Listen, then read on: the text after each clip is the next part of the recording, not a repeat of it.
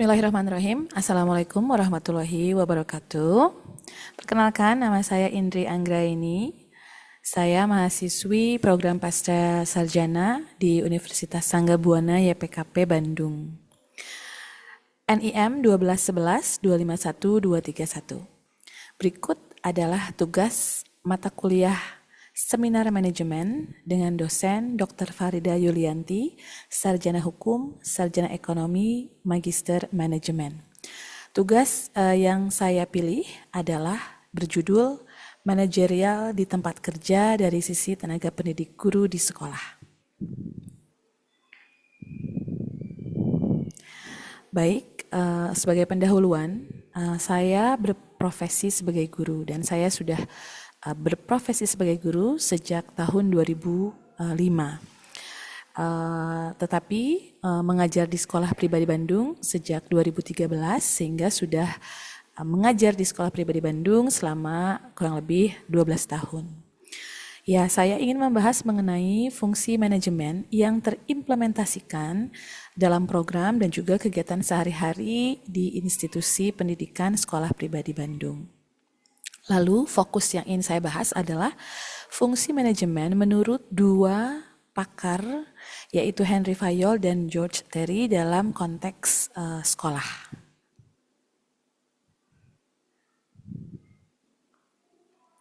Baik, berikut adalah dua teori manajemen oleh Henry Fayol dan juga George Terry.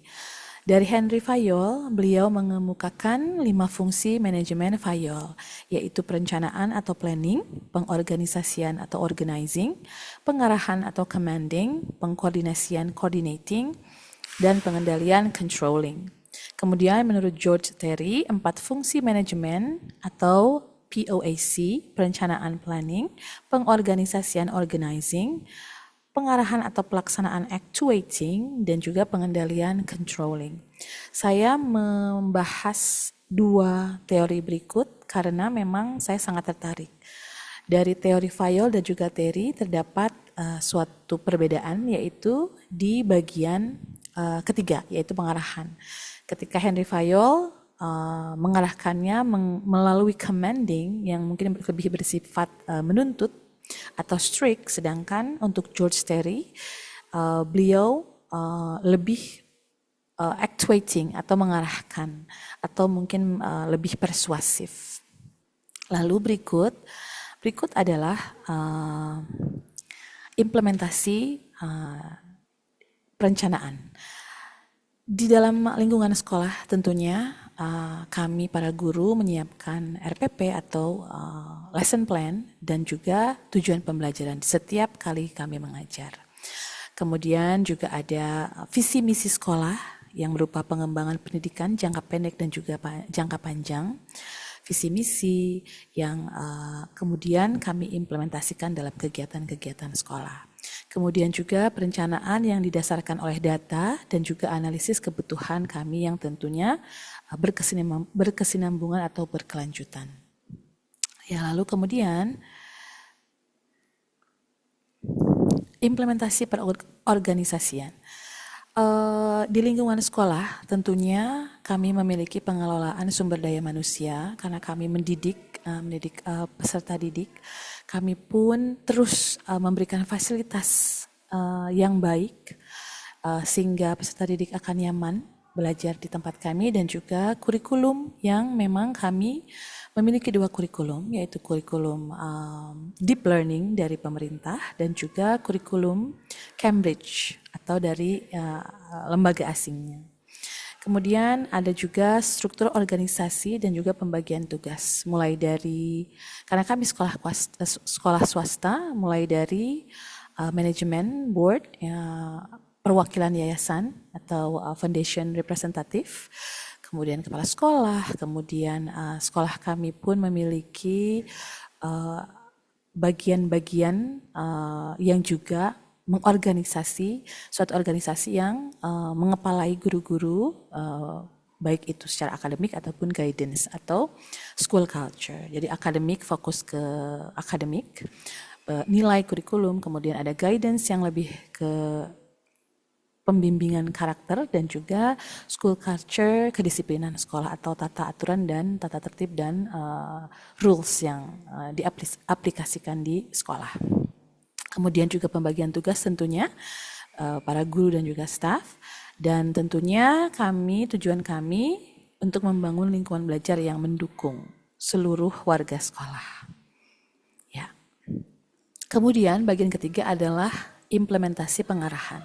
Disinilah yang terdapat perbedaan antara Fayol dan juga Terry. Commanding dan actuating. Untuk pendekatan Terry lebih komunikatif, persuasif, sedangkan untuk Fayol lebih tegas dan juga lebih strict. Dua hal ini menurut saya sangat penting karena sebagai institusi pendidikan kami perlu menggabungkan kedua hal tersebut. Kami perlu memberikan motivasi, memberikan pendekatan secara komunikatif dan persuasif, tetapi di saat lain pun kami perlu menerapkan aturan kedisiplinan yang membutuhkan ketegasan dan juga lebih strict dari teori Fayol. Kemudian kami pun memotivasi guru dan siswa, kemudian komunikasi dan juga arahan pembelajaran. Kami sangat menekankan hubungan komunikasi yang baik dan sehat antara guru, orang tua, dan juga murid. Dan kemudian kami memiliki school culture yang menerapkan tata tertib dan budaya sekolah, sehingga bagaimana mereka bersikap, bagaimana aturan seragam atau aturan-aturan sekolah diterapkan, dari hal kecil sampai hal yang besar tentunya. Lalu di bagian keempat adalah implementasi coordinating atau koordinasi. Kami saling berkoordinasi antara satu departemen dengan departemen lain, entah itu penyelarasan jadwal pelajaran, ekstrakurikuler, dan juga program pendukung. Kami pun adalah sekolah boarding, sehingga siswa pun SMP dan SMA mereka tinggal atau stay di dorm, di asrama, dan sangat-sangat membutuhkan koordinasi dan komunikasi yang baik antar segala pihak. Kemudian kami pun menjaga kerjasama antara guru, siswa, orang tua, dan juga komunitas-komunitas.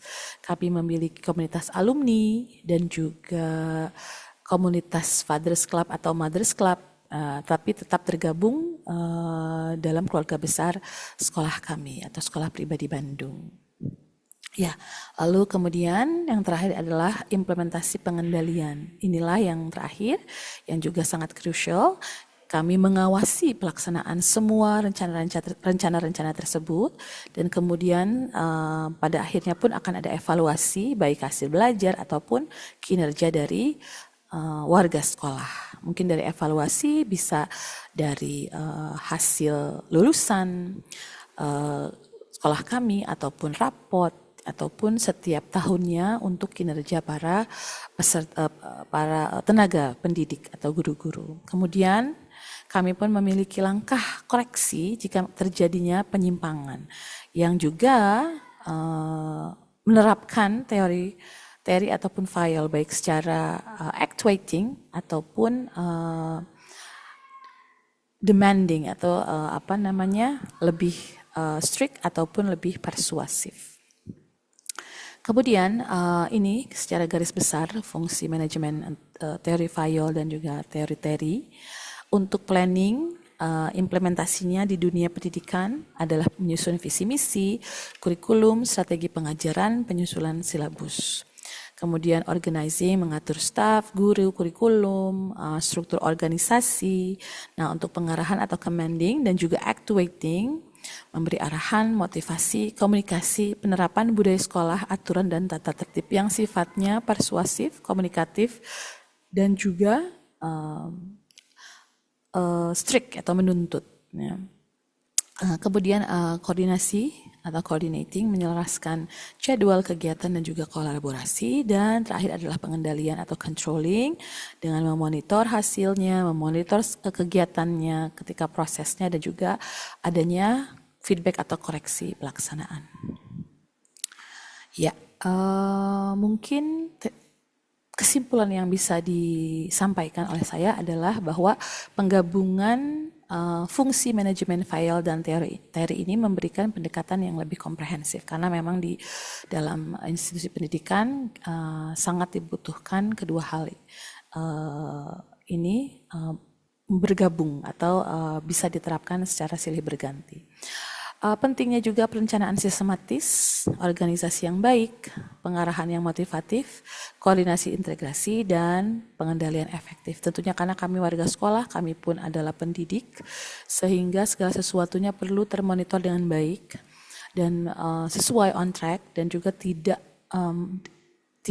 melanggar etika profesi ataupun aturan-aturan yang berlaku, dan juga membuat lingkungan sekolah menjadi tempat yang nyaman untuk belajar, untuk kami berada, baik peserta didik ataupun tenaga pendidik ataupun semua warga sekolah. Dan tentunya mendorong optimalisasi hasil pendidikan melalui manajemen yang baik di institusi pendidikan. Ya, nah baik, mungkin apabila ada pertanyaan ataupun komentar-komentar mengenai apa yang sudah saya paparkan, dipersilahkan di bagian kolom komentar. Boleh bertanya ataupun boleh mengomentari. Mohon maaf apabila memang ada kesalahan ataupun ada ketidaksesuaian dari pemaparan saya. Sekian dari saya. Terima kasih. Wassalamualaikum warahmatullahi wabarakatuh.